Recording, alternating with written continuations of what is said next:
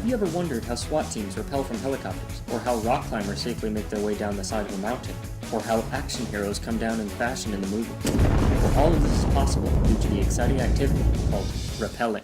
Before we begin, you're going to need these materials in order to assure your complete safety. A strong rope that will support plenty of weight, a climbing harness, a carabiner, a figure-8 rigging tool, gloves, a helmet, and if you haven't already figured it out, genius, a place to attach your rope to. Let's start by tying the rope so that it may be safely fastened to your desired climbing surface. One of the most important things to know before beginning is being able to tie a figure-8 loop knot. To tie this knot, start by twisting one part of the rope over the other. Next, take the tail end and feed it underneath the part of the rope you twisted, then tighten. At this point, you'll have your first 8. Now put the tail end of the rope back through where it came from, leaving a loop at the top.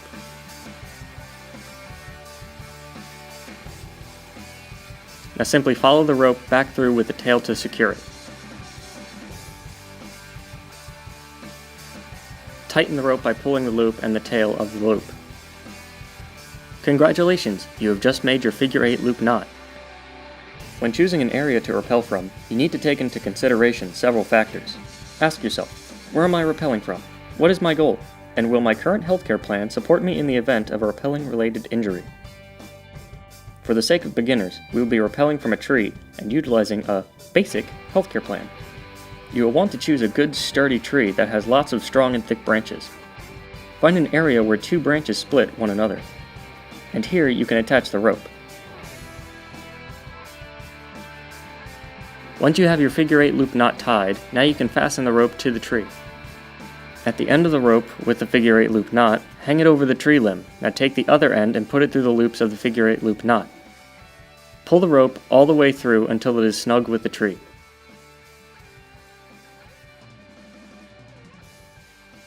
Now in order to rappel down the rope, you'll need to put on your harness. The thick part of your harness will go around your waist, and the other small loops are meant for your legs to go through them. Step through the waistband of the harness, then step through the leg loops corresponding to each leg. Now tighten the harness around your waist by feeding through the strap until it is tight around your body, not allowing you to wiggle free at all. Do the same with your leg loops, tightening the straps until the loops are tight around your legs. Now I know you're all dying to get to rappelling, and remember, this is what it's going to look like.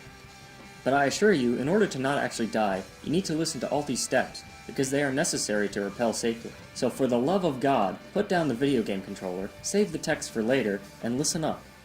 You are almost ready to rappel, but before we put you up in the air, why don't we go over a few safety precautions on the ground.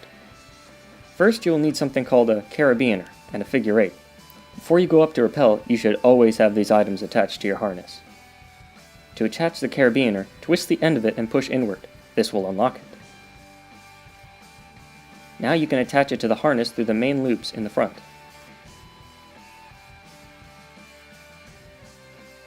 Now attach the figure-8 to the carabiner so it can hold it safely. Simply put one of the figure-8 holes through and close the carabiner. Twist to lock in place. Now your carabiner and figure-8 are attached securely to your harness. It is also important to use gloves when rappelling, as well as a helmet to protect your head. Now we will show you how to use the carabiner and figure-8 to attach yourself to the rope for rappelling. Now Mitchell will unhook his figure-8 and thread it through the rope in order to rappel. Face the rope and hold it with your right hand. Now take the figure-8 and put it behind the rope.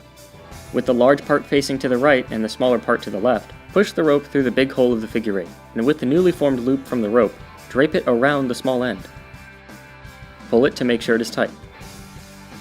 Finally, attach the small end of the figure-8 to your carabiner, how we showed you before, and tighten the carabiner. Congratulations, you are now secured to the rope. Hold on there, we still need to teach you how to correctly rappel down the rope. There are 2 very important aspects to rappelling down a rope, and both have to do with your hands. In this situation, our hands have 2 different names.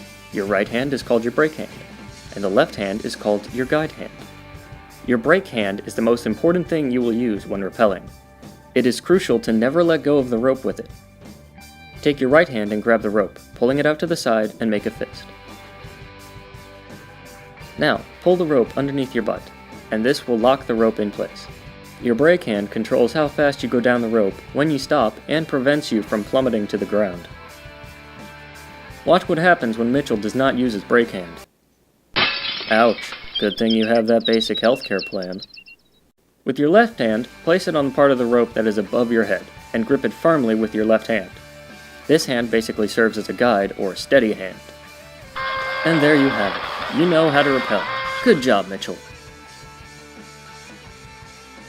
Look, now Mitchell is a pro, rappelling anytime, anywhere. Thank you for watching. We hope you enjoyed your how-to on rappelling. We encourage you to try this fun activity, but only under the supervision of a trained professional. Happy rappelling!